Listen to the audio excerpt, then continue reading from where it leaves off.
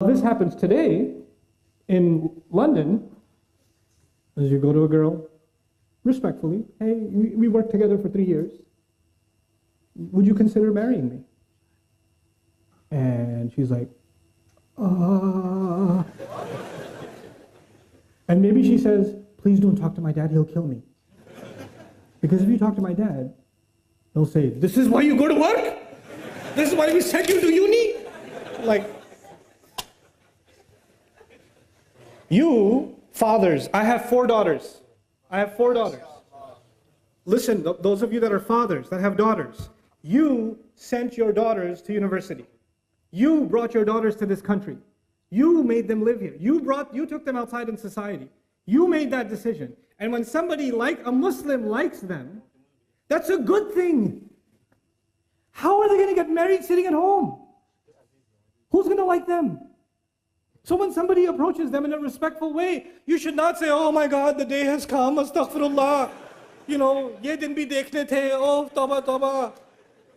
You know, what a humiliation. Now we have to go take you back into Bangladesh and hide you in a village somewhere because some guy likes you. Astaghfirullah. You know, and there's somebody's doing ruqya on her, and calm down. It's okay. Somebody likes your daughter, that's a good thing. Now you go and investigate, find out.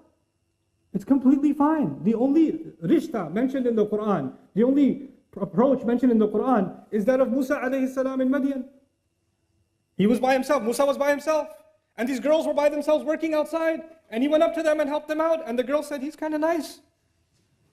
And she went back to her dad and said, hire him. Which means, come on, dad.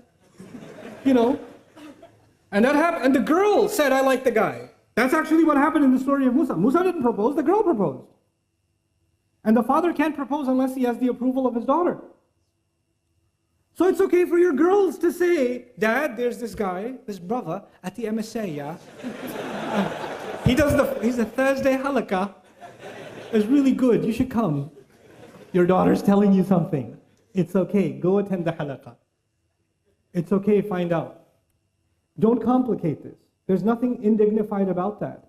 Don't go date a girl now. And don't take, Ustad Nouman gave a lecture, I'm going to take you out to dinner. No. Not that either. But can you have respectful interaction with someone you're interested in for marriage? Absolutely. Absolutely. Nothing wrong with that.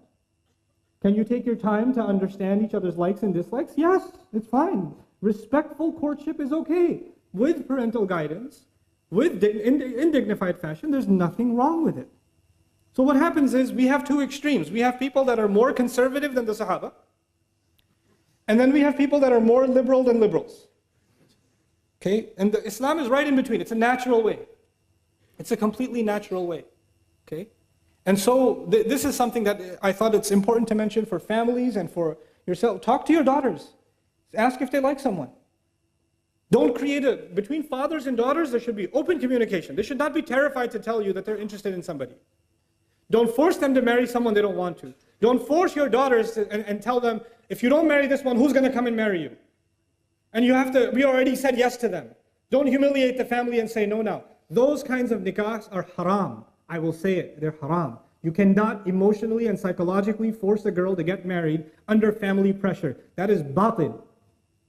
And that happened at the time of the Prophet ﷺ. And the Prophet ﷺ considered those nikahs batil.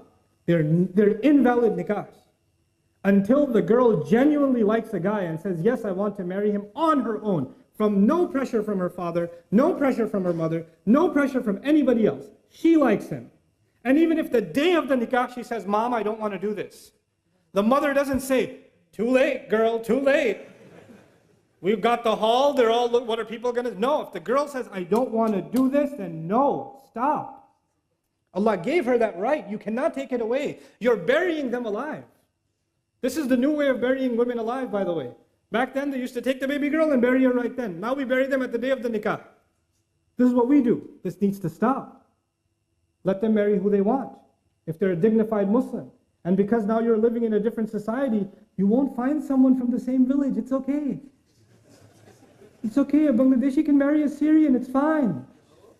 I know. It's okay for Syrians too. Yeah, you Syria. Turkish. Somali. Astaghfirullah, Somali. Yeah, Somali. That's fine. You know? Musa alayhi salam is an Arab. Musa is an Arab. Or actually not an Arab, he's from Israelite. And he married an Arab. He went and married in Madian, didn't he? So many Arabs, we only marry Arab. Really? Musa alayhi salam was actually from Israel. What's up with that? You know? It's all good. So it's a time now, it's a strange time that we live in, and actually the only thing that can save us is the basic principles of our deen, and making the path to marriage easy is actually one of the greatest battles against shaitan. When we make the path to marriage difficult, when you have 28, 30, I'm not going to do other questions, forget it, let's just talk about this. What am I going to do? We're going to have 35-year-old boys not married. What do you think, they were doing tahajjud for 35 years? What planet do you live on? They didn't do anything haram. No evil thoughts went in their head. They didn't go to university. They didn't go to work.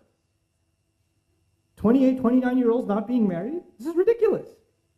It's absolutely absurd. It's unacceptable.